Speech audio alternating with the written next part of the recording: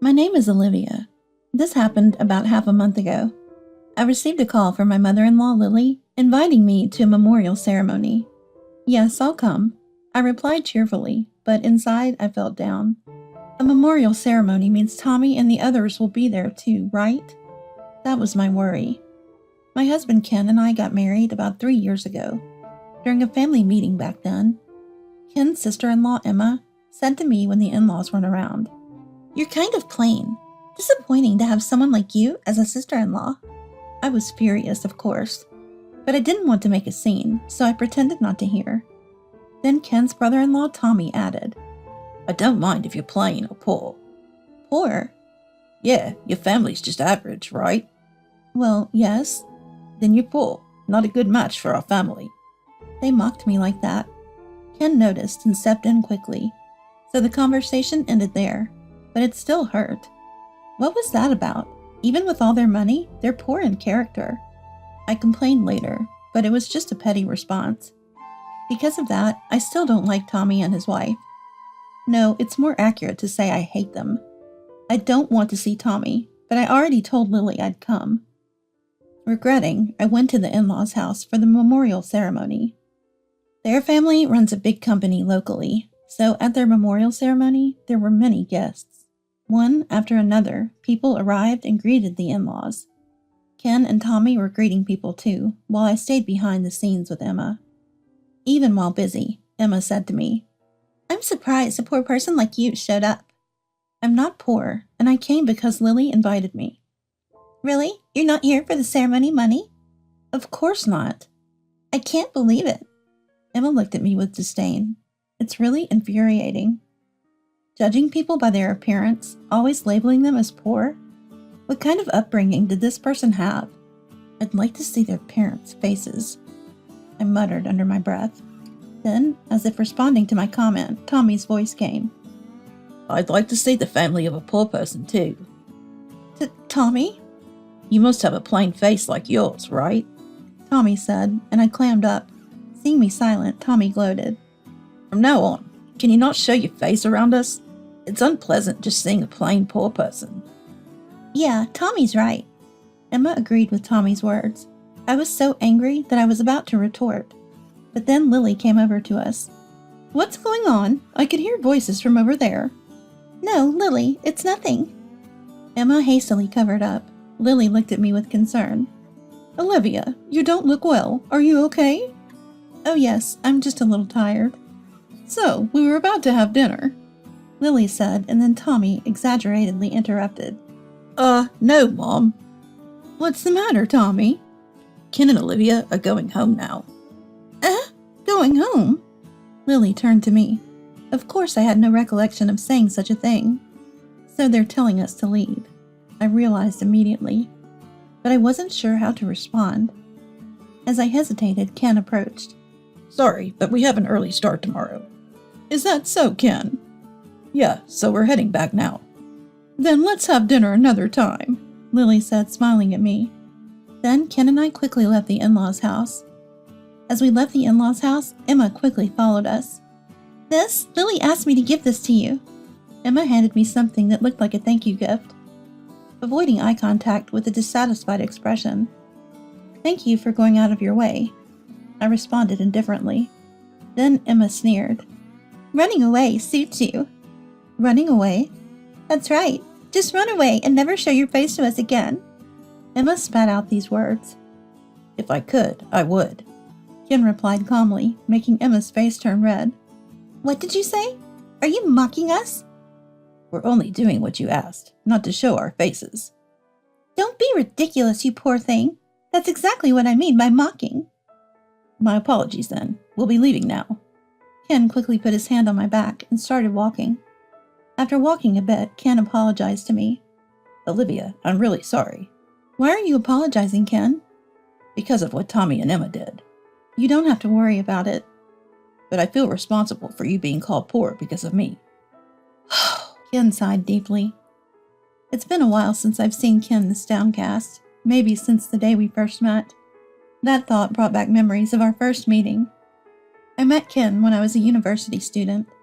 At that time, I was in the midst of job hunting. Hearing about a second round of recruitment at a local Boston company, I rushed onto a rush hour train for an interview. Then I made a big mistake. It happened when the train arrived at the station. Trying to get off, I was pushed by the crowd and dropped the envelope I was carrying. Oh no, my resume is in there. I reached out to pick it up, but lost it in the crowd. Where did it go? As the crowd thinned, I frantically started searching for the envelope. While looking around, I suddenly heard a voice from behind. Excuse me, are you looking for this? I turned around to see a man holding the envelope containing my resume. That's it! I lunged for the envelope, but it was wrinkled and had footprints on it. No, my resume is inside. They won't read it now, it's ruined. Just as I thought that, the man who picked up the envelope said, What's inside? Oh, it's my resume. I was going for an interview, but it's okay now. Sorry I stepped on it. No, it's my fault for dropping it. We both felt down. There was no time to rewrite it now. I decided to give up, thinking it wasn't meant to be. I took the dirty envelope, ready to go home. But the man, seeing me about to leave, said, It's too early to give up. I'll go with you and apologize. But, which company's interview is it? If I know the company, I can help guide you. The company I'm going to is... I told him about the company I was headed to. The man's expression brightened instantly. Then it's all right. But with this resume? It's fine. Dad won't mind something like this. He said with a smile. This man was my now husband, Ken. The company I was headed to for the interview was, in fact, Ken's family's business. Afterward, I went to the company with Ken, and he explained the situation to his father, Sam. I managed to have the interview successfully and got the job. Ken was kind to me after I joined the company, and we started dating. That leads to us getting married about 3 years ago.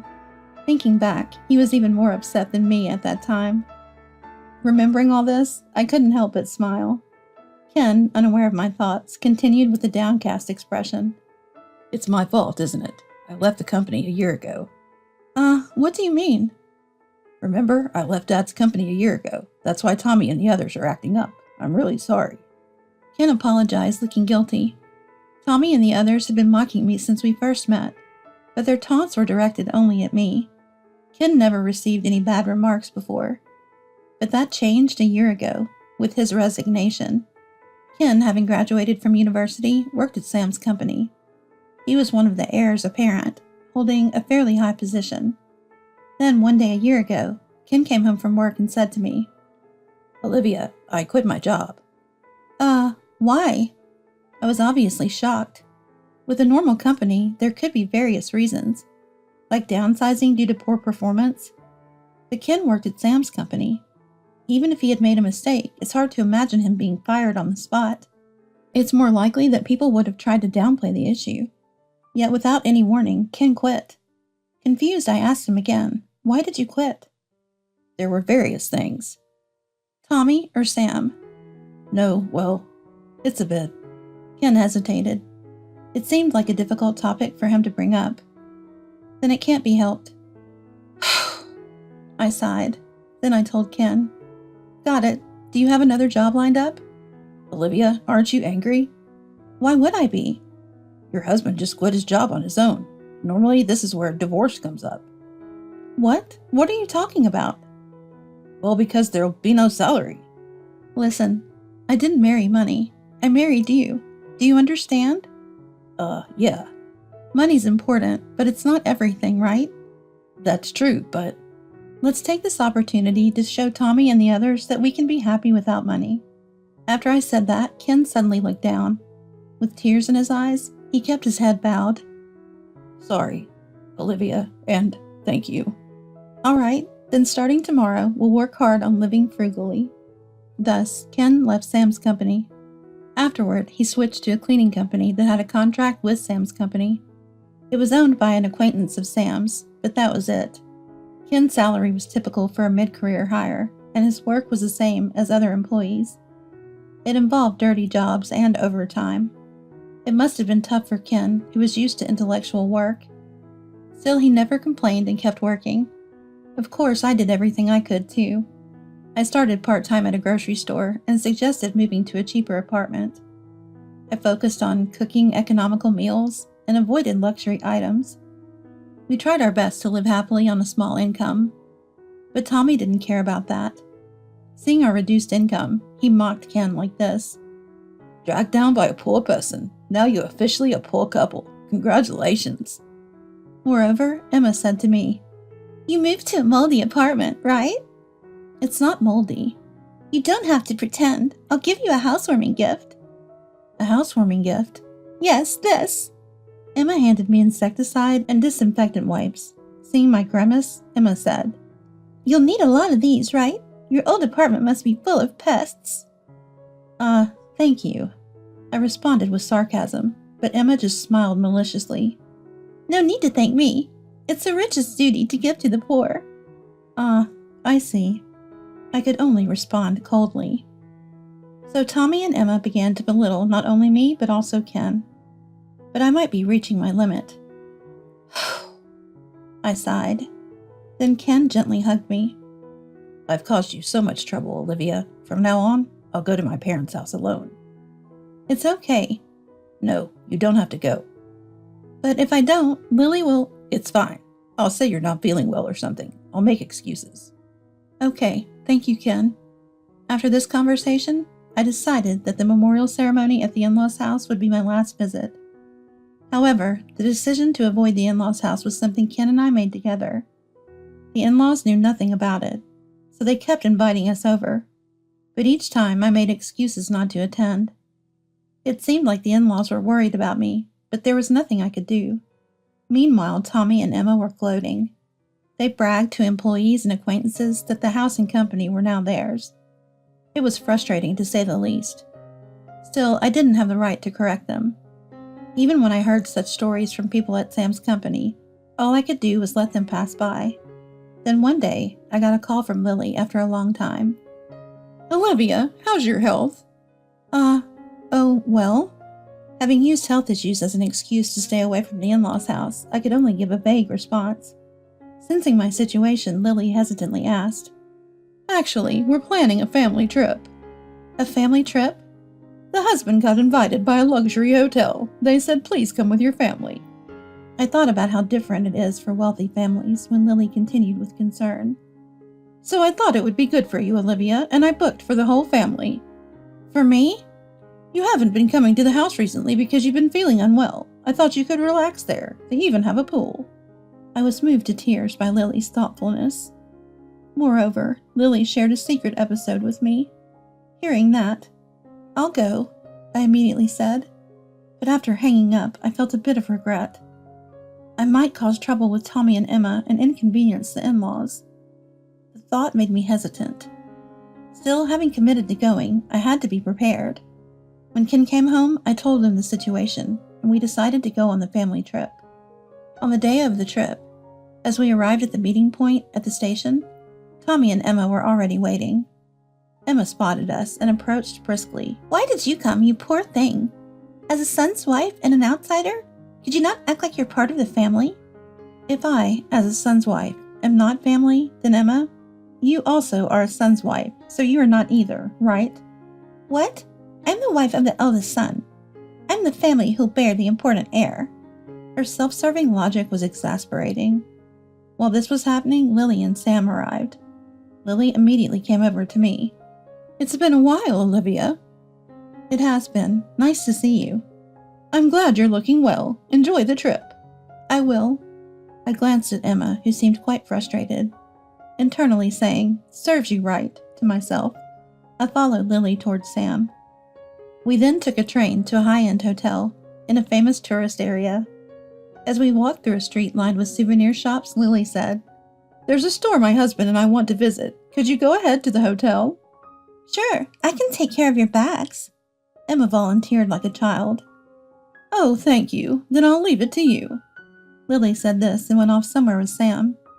As soon as the in-laws were out of sight, Emma started complaining to me. Can't you just go back even now? Why should I?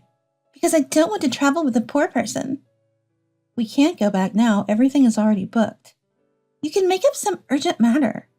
No, I won't. I firmly refused and started walking towards the hotel.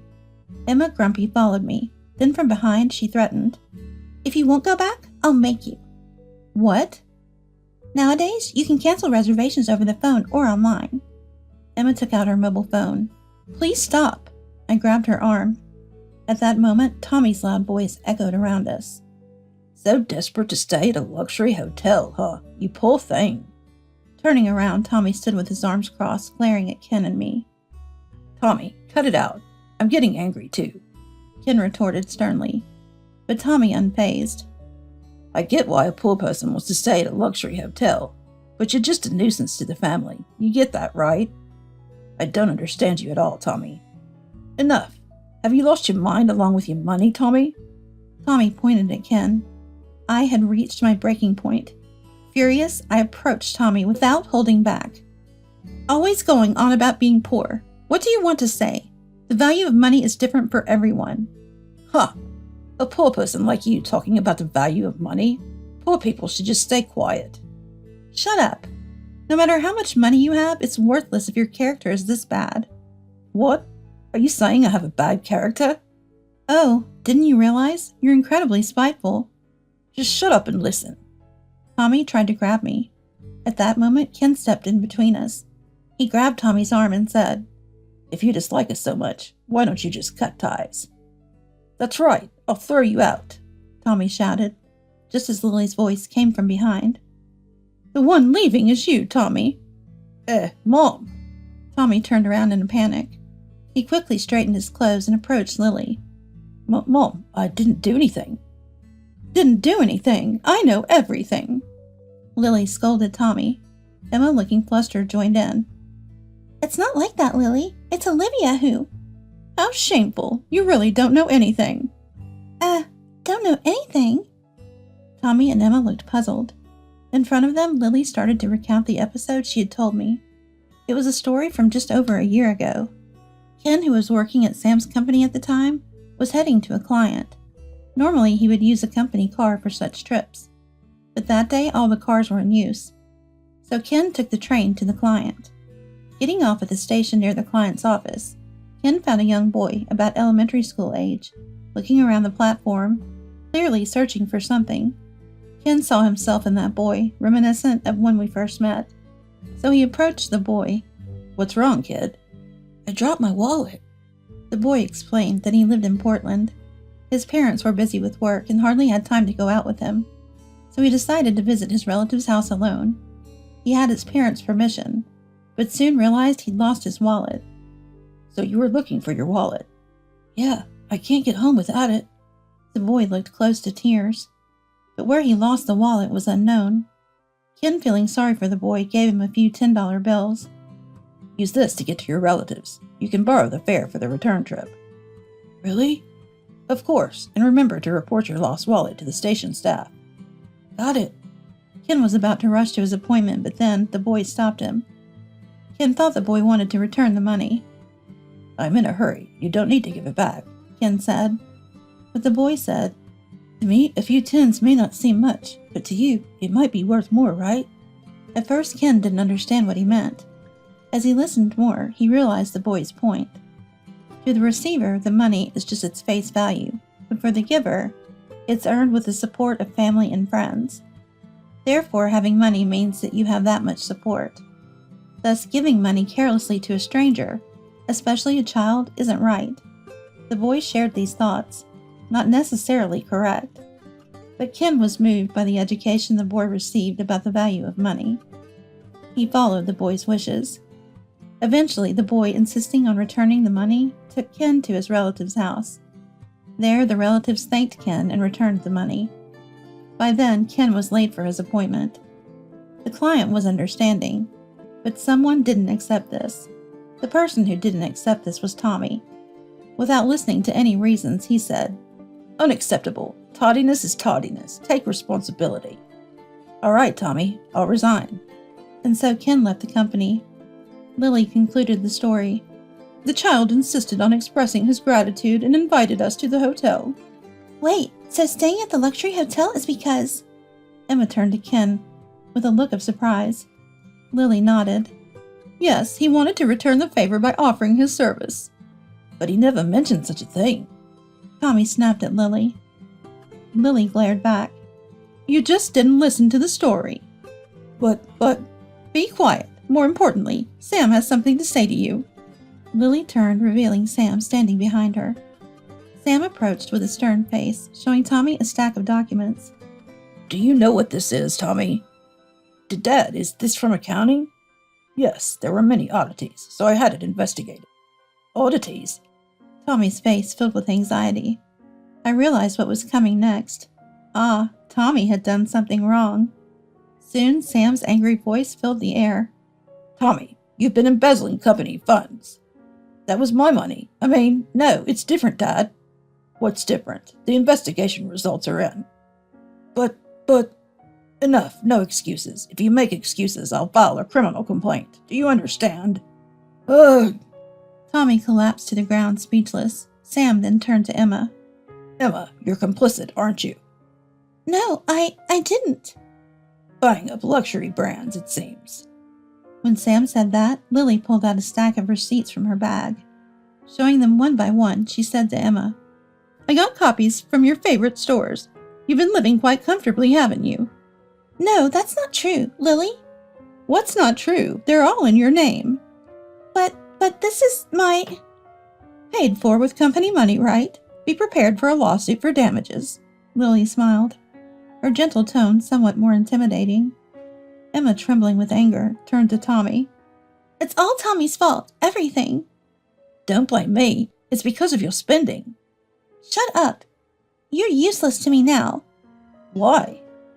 You're getting fired for misusing company funds. I have no use for a poor man. What? That's my line. I don't need you. We're getting a divorce. After that, Tommy and Emma were sued by Sam for damages. Although criminal charges were not pursued, Tommy was kicked out of the house. Additionally, due to misconduct, he was fired from the company. Now he's working at a construction site from dawn to dusk to pay back the compensation demanded by Sam. Meanwhile, Emma divorced Tommy. Unable to pay the damages after the divorce, she turned to her parents, who quickly paid Sam. However, they were strict with Emma. They demanded she repay the money they spent.